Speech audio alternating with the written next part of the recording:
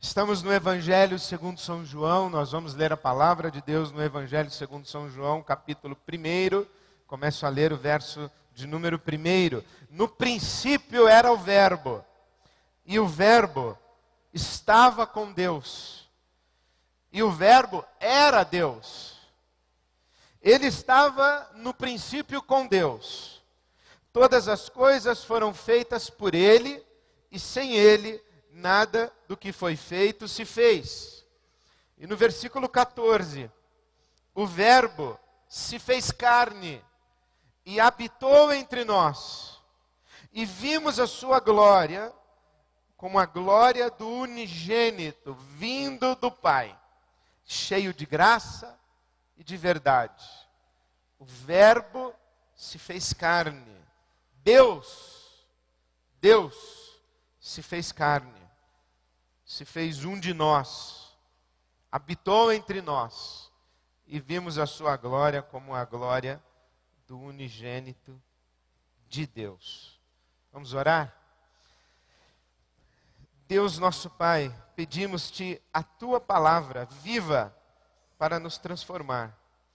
Ilumina o nosso entendimento, aquece o nosso coração e inclina a nossa vontade na tua direção. Te pedimos assim em nome de Jesus. Amém.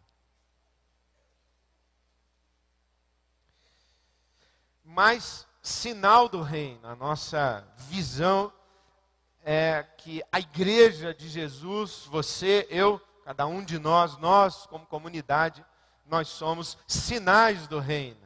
O que significa isso? Nós não usamos a expressão implantar o reino de Deus. O reino de Deus não pode ser implantado.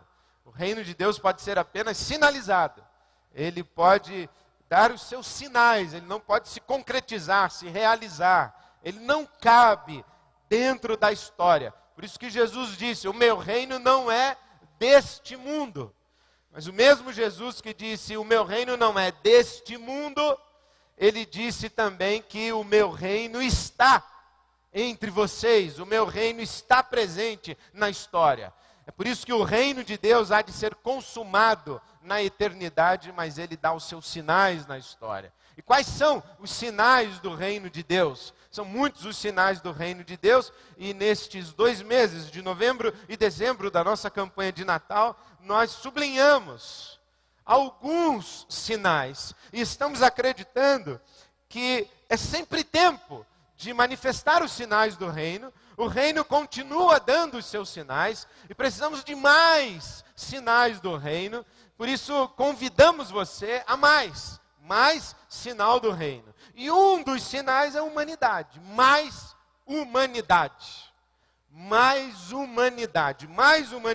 como um sinal, uma manifestação da presença e da realidade do reino de Deus entre nós. Quando falamos mais humanidade, o que é que estamos querendo dizer?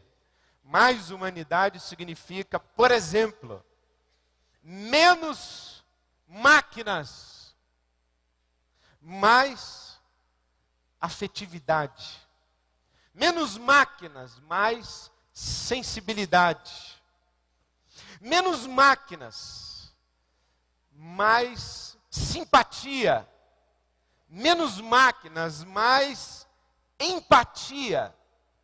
E eu tenho certeza que você acaba de se lembrar da expressão célebre de Charles Chaplin: não sois máquinas, homens é que sois. Mais humanidade, menos máquinas. Nós não somos máquinas produtivas. Nós não somos extensões das máquinas de produção do nosso mundo. Nós não somos robôs misturados na tecnologia e no tecnicismo materialista da nossa era. Nós somos humanos. Nós não somos robôs, não somos máquinas. Nós sentimos. Esse mundo de produtividade intensa, de desafios, de produtividade contínua. Esse mundo que vai se robotizando, vai gerando frieza nos corações de carne, que aos poucos vão se tornando corações de pedra, vamos ficando empedernidos. Menos máquinas, mais humanidade. Essa capacidade de sentir, simpatia, sentir ao lado do outro, ser simpático. O que é ser simpático? Simpático vem de pathos, a expressão grega, pathos, paixões, não da paixão romântica, de estar apaixonado. O pathos dessas afeições humanas, as emoções humanas, o fato de que nós somos afetados. Quando a realidade bate nos nossos olhos, ela nos interpela. Ela gera em nós alguma resposta passional. Nós temos sentimentos. Quer seja para despertar a nossa ira, quer seja para despertar a nossa indignação, quer seja para despertar a nossa compaixão, a nossa misericórdia. Simpatia é essa capacidade de sentir ao lado de quem sente. Simpático é aquele que diz assim: eu sinto com você. Eu percebo o que você está sentindo. Eu acolho o que você está sentindo. Eu sou capaz de perceber o que você está sentindo. Eu considero que o que você está sentindo é legítimo. É necessário. Eu compreendo os seus sentimentos. E eu me coloco ao seu lado enquanto você está sentindo. Mas para além da simpatia existe a empatia.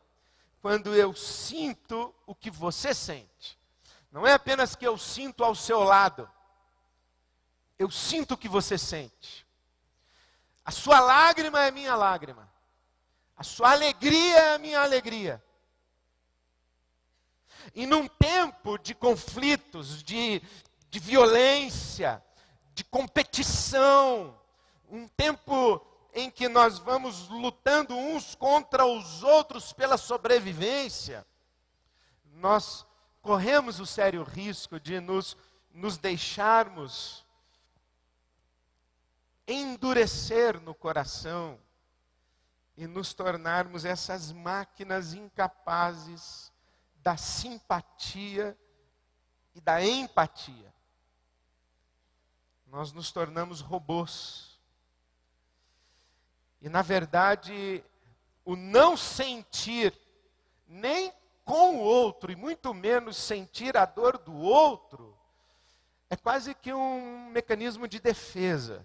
Nós já temos as nossas dores, eu ainda não vou trazer para mim as suas dores.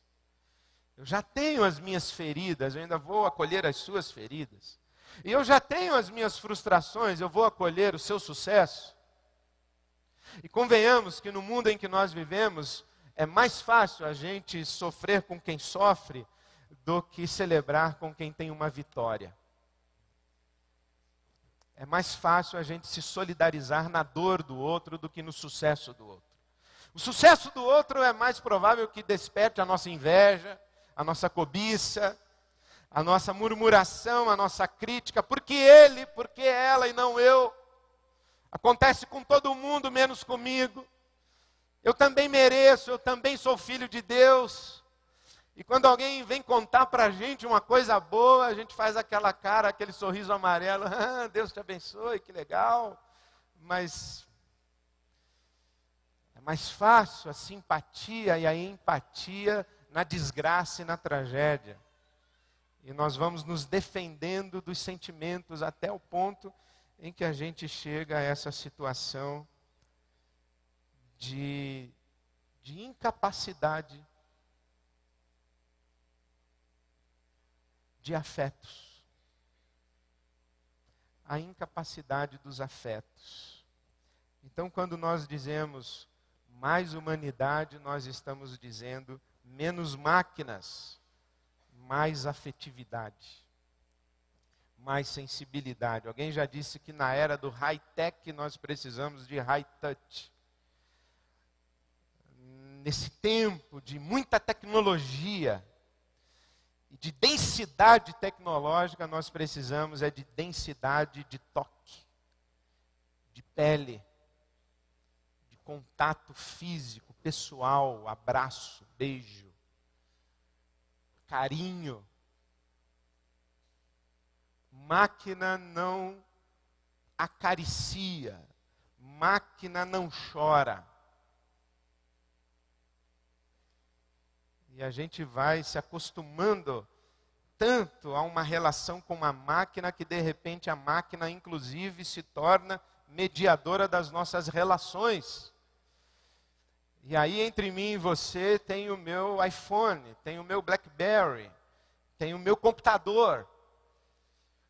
E eu me relaciono com você virtualmente.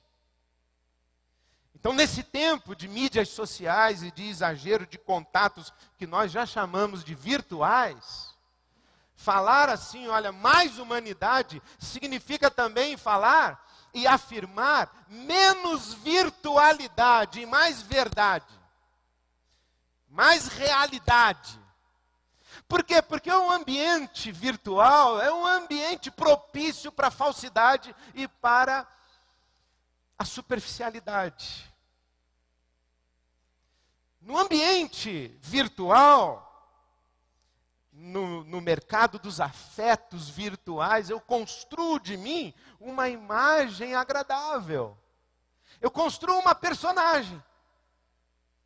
Eu tuito coisas inteligentes, que eu fico catando uma frase de um aqui, de outro ali. Eu coloco no meu blog artigos assim legais, que todo mundo gosta e que diz, olha esse cara, essa menina sabe das coisas. Eu coloco fotos bonitas. No Facebook, por exemplo, o Facebook é uma vitrine de hipocrisia. Só tem gente feliz em página de Facebook. Outro dia eu estava lendo a crônica de uma jornalista dizendo que ela estava se sentindo infeliz e começou a olhar o Facebook das amigas, todas elas felicíssimas.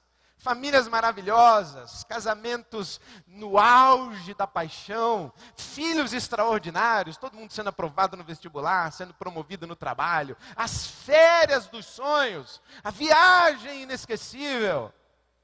E ela olhou e falou assim, não é possível que todas as minhas amigas estejam felicíssimas e só eu nessa draga, só eu nessa situação.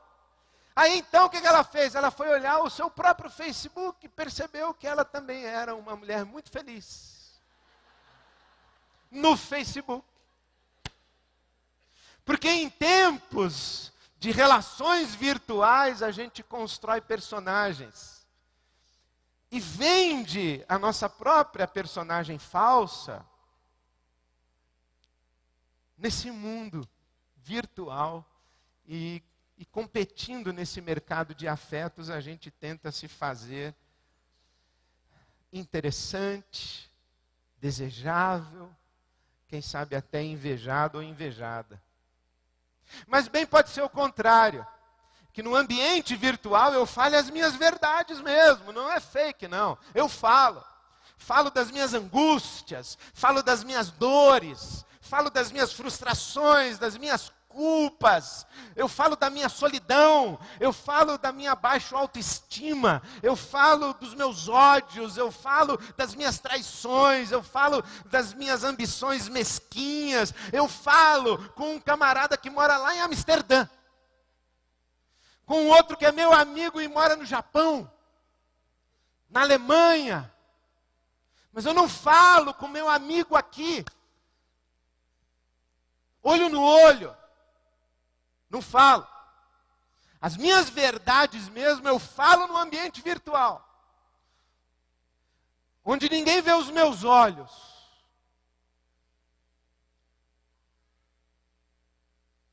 Onde ninguém me ameaça. E se porventura o relacionamento começar a entrar por um caminho não muito confortável para mim, eu dou um bloco, eu cancelo, eu deleto. E começo outro. Encontro outra alma solitária em algum lugar do mundo para ficar teclando de madrugada com esse alguém. Enquanto a minha esposa dorme, o meu marido dorme, o meu irmão, a minha irmã, o meu amigo, e eu fico no ambiente virtual falando as minhas verdades de uma maneira covarde. Covarde. Covarde porque eu não me mostro a quem eu tenho que me mostrar. Eu tenho medo de ser rejeitado se eu me mostrar de verdade.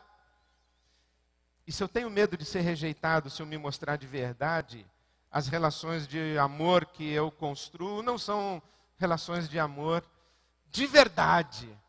São relações covardes.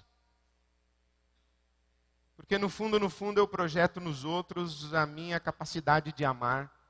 E como eu sei que eu não conseguiria amar totalmente alguém que mostrasse para mim aquilo que eu tenho dentro de mim, eu também desconfio que o outro não será capaz de me amar se souber de fato quem eu sou. Então, das duas, uma. Ou eu construo uma imagem falsa de mim mesmo, ou eu conto as minhas verdades no ambiente virtual, em que ninguém precisa me olhar nos olhos e eu não preciso olhar nos olhos de ninguém. Quando dizemos mais humanidade, nós estamos dizendo menos virtualidade e mais contato, mais experiência de relacionamento concreto, mais amizade, mais conjugalidade, mais fraternidade, mais comunidade, mais gente com gente. Isso é mais humanidade. Quando dizemos mais humanidade, nós estamos dizendo também menos coisificação do ser humano. Porque o ser humano vai virando coisa, né? Porque, veja bem, nesse universo de competição por afetos, né? Nós somos famintos de afetos. Então, ou a gente vai mentindo, ou a gente vai dando um jeito de encontrar alguém que nos ame à distância sem nos ameaçar. Mas a gente está querendo, mas no fundo, nós vamos aos poucos transformando os outros em coisas. Coisas que nós vamos consumindo. Vamos consumindo para a nossa satisfação. São as grandes indústrias e as indústrias mais rentáveis que existem hoje. Pornografia cibernética. Tráfico de gente. Trabalho escravo. É tudo ser humano que virou coisa. Sabe que nós vivemos dias em que há mais trabalho escravo no mundo do que em qualquer outro tempo da história da humanidade? Hoje. A gente pensa assim, a escravidão acabou, 1888. Não, acabou no papel, pessoal, mas não acabou. Tem trabalho escravo hoje no mundo mais do que em qualquer período da história da humanidade. E no Brasil também. O que é isso? É gente que virou coisa. Então, quando a gente diz assim, mais humanidade, nós estamos dizendo menos coisificação da pessoa humana e mais reverência ao ser humano que está diante de mim, portador da imagem e semelhança de Deus. E eu olho para ele e eu não posso abusar. Não posso abusar, eu não posso usar, eu não posso consumir e cuspir. Mas humanidade, aqui tem um ser humano.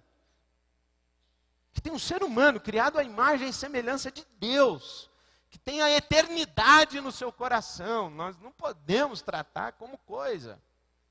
Então é mais humanidade, menos coisificação, mais reverência à pessoa humana. Quando dizemos mais humanidade, nós estamos dizendo também menos espiritualismo. Menos espiritualismo e mais encarnação. Mais encarnação. É o que lemos aqui na palavra de Deus. O Verbo se fez carne. A Bíblia Sagrada só faz duas afirmações que poderiam ser próximas do que eventualmente chamaríamos de uma tentativa de definição de Deus. Deus é amor e Deus é espírito.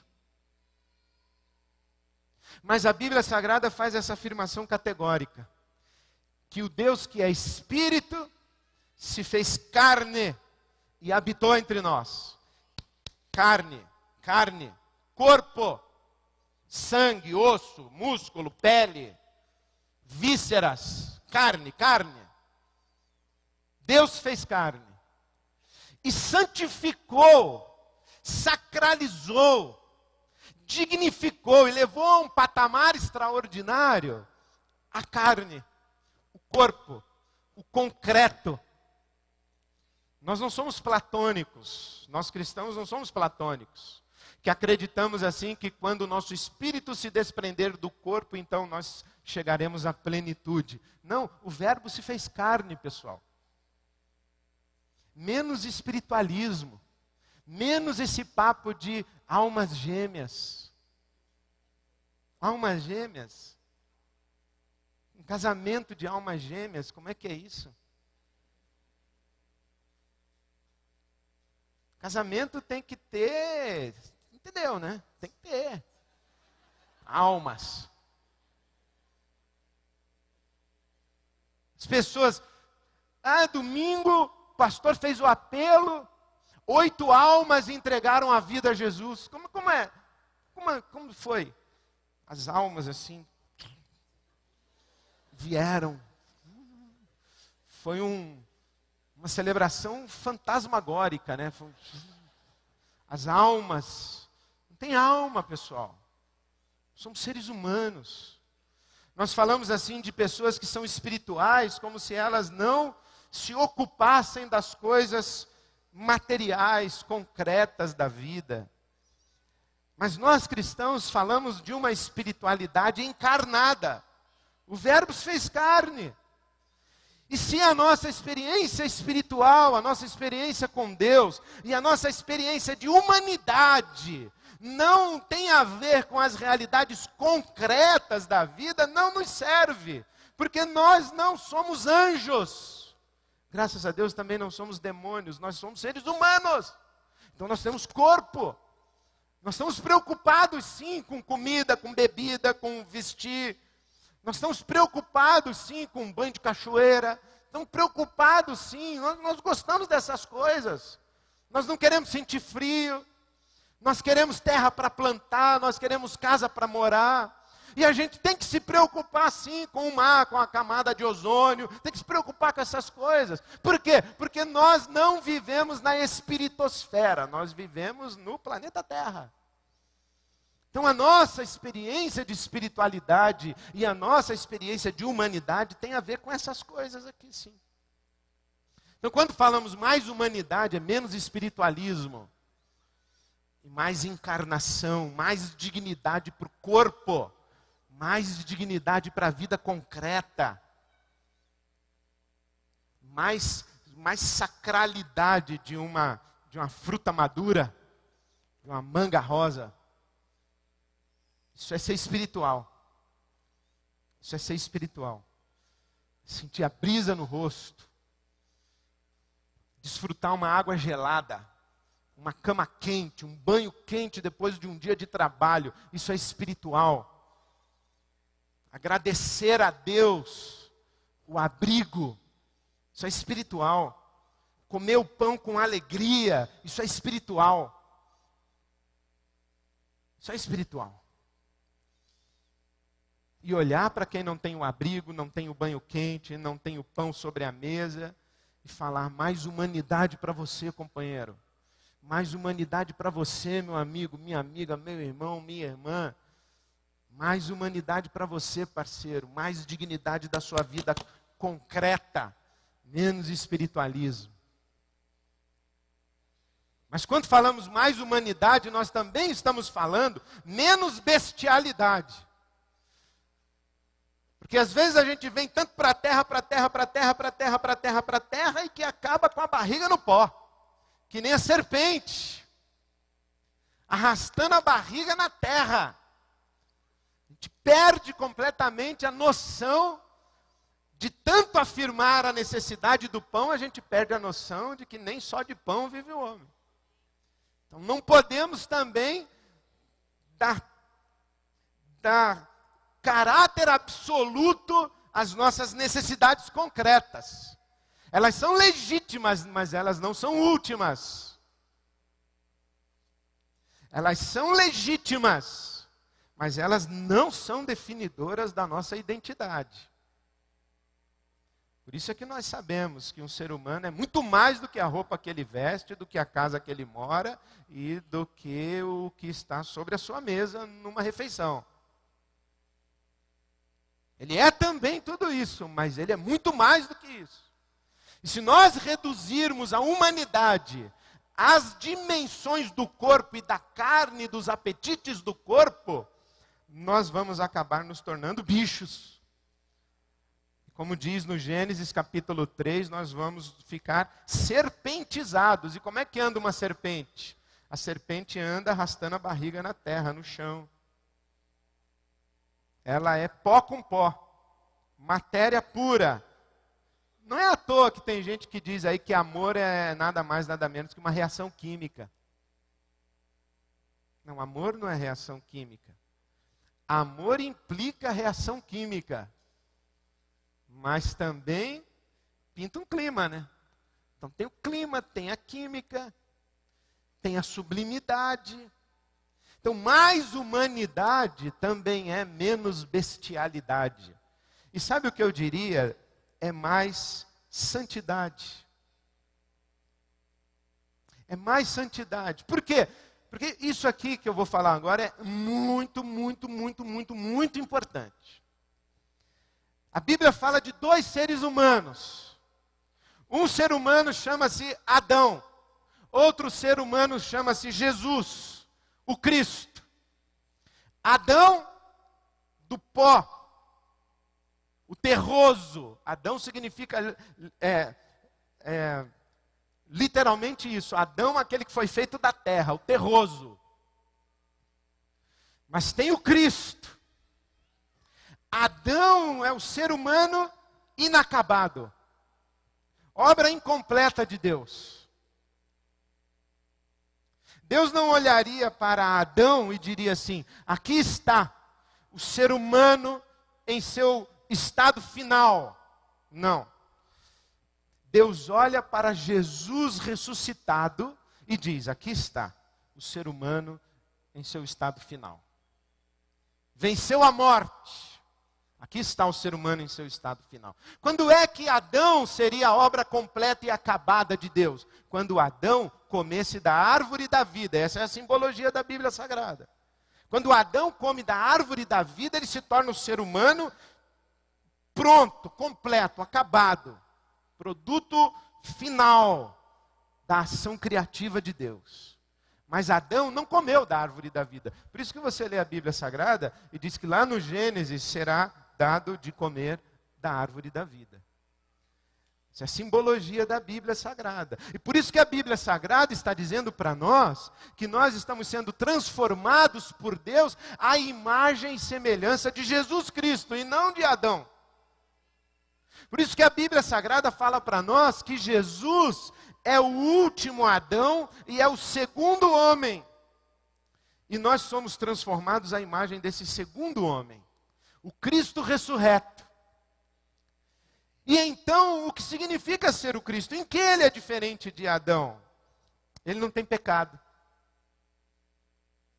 O que nos impede de ser humanos em toda a plenitude do que é humanidade, o que nos impede de ser humanos é que nós somos pecadores.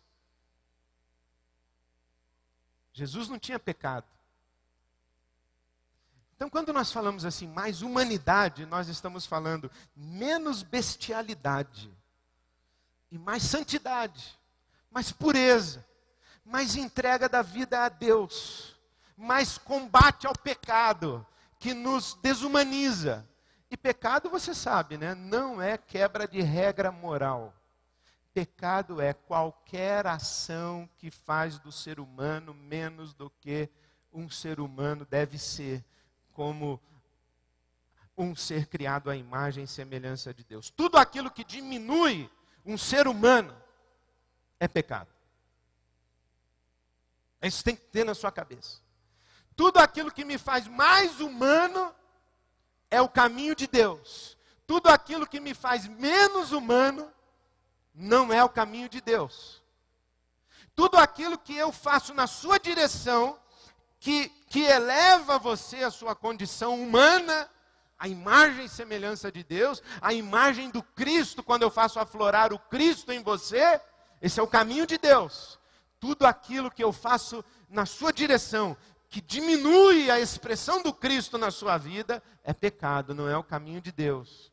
Então, mais humanidade é menos pecado, menos bestialidade. E nós, cristãos, falamos isso, que nós, seres humanos, em nossa condição adâmica, nós tendemos mais para bestas do que para Cristos. Então, quando falamos mais humanidade, nós estamos falando mais de Deus e menos de nós. Estamos falando menos incredulidade, mais fé. E o que é incredulidade? A incredulidade é um disfarce para a idolatria. Porque não existe alguém que não crê em nada. Todo mundo crê em alguma coisa. E aquele que diz, eu não creio em Deus, vai depositar a sua fé em alguma coisa, em algum ser. E muito provavelmente vai depositar a sua fé em si mesmo. Porque o grande ídolo rival de Deus é o eu, é o ego humano. O grande ídolo rival de Deus não é o diabo. O diabo, Deus vai destruir com um soprinho. Acabou. O grande rival de Deus é o ser humano que quer ocupar o lugar de Deus. O problema do incrédulo é que ele descrê de Deus e acredita muito em si mesmo. Nós que somos cristãos dizemos assim, eu descreio de mim e creio em Deus. Eu sei que na minha carne, isto é, nos limites da minha condição humana, eu não sou suficiente, eu preciso do sopro de Deus, eu preciso da graça de Deus, eu preciso da força de Deus, eu preciso do Espírito de Deus. Eu não sou completo sem Deus. Então, mais humanidade é mais Deus e não menos Deus. A modernidade veio com essa balela aí de que o ser humano conquista a sua autonomia rejeitando Deus. Bobagem. Rejeitar Deus não é fazer aflorar a humanidade, é fazer aflorar a besta fera. A morte de Deus é também a abolição do homem, disse C.S. Lewis. Nós somos humanos na experiência da fé. Por isso é que o apóstolo Paulo diz, tudo posso naquele que me fortalece. Para que eu seja homem, humano, de verdade, mais humanidade em mim, mais rendição a Deus. Para que eu tenha minha estatura ideal, nada como estar de joelhos diante de Deus. Então, quando nós falamos mais humanidade numa campanha de Natal, é no mínimo isso aqui que nós estamos falando. Não é pouco. Mas é extraordinário porque é suficiente para mobilizar a nossa vida e nos convocar para um estilo de vida. E como é que a gente vive no caminho do Cristo? E na experiência da fé com Deus e da fé em Deus? A gente vive afirmando a humanidade e a nossa humanidade. Mais humanidade, menos máquinas, mais afetividade, mais sensibilidade. Mais humanidade, menos virtualidade, mais verdade, mais amorosidade. Mais humanidade, menos coisificação da pessoa humana. E mais reverência à imagem de Deus em cada ser humano e em todos os seres humanos. Mais humanidade, menos espiritualismo, menos abstração da realidade e mais encarnação, mais intromissão em tudo aquilo que diz respeito ao nosso corpo e à nossa condição humana. Mais humanidade, menos bestialidade, mais santidade. Mais consagração a Deus, mais luta contra o pecado, mais luta contra tudo aquilo que nos desumaniza, que me desumaniza e que desumaniza você na minha relação com você e na sua relação comigo. Mais humanidade, menos incredulidade e mais fé. menos da prepotência humana e mais da glória de Deus. Por quê? Porque o Verbo se fez carne e nós vimos a glória do unigênito do Pai. Que Deus nos abençoe, soprando sobre a nossa condição humana, empobrecida, e nos levando à nossa legítima, real, verdadeira, completa, plena condição humana, abençoada por Ele mesmo em Cristo Jesus, o nosso Senhor. Que seja assim. Amém, amém, amém. Vamos ficar em pé e vamos orar a Deus. Queria fazer uma pergunta para você. Quando eu estava falando assim de mais humanidade, menos isso, mais humanidade, menos aquilo, você se viu assim no menos, quando eu falei algum menos, você falou, essa foi para mim. Levanta a mão, fala. Foi para mim, me vi aí. Só isso?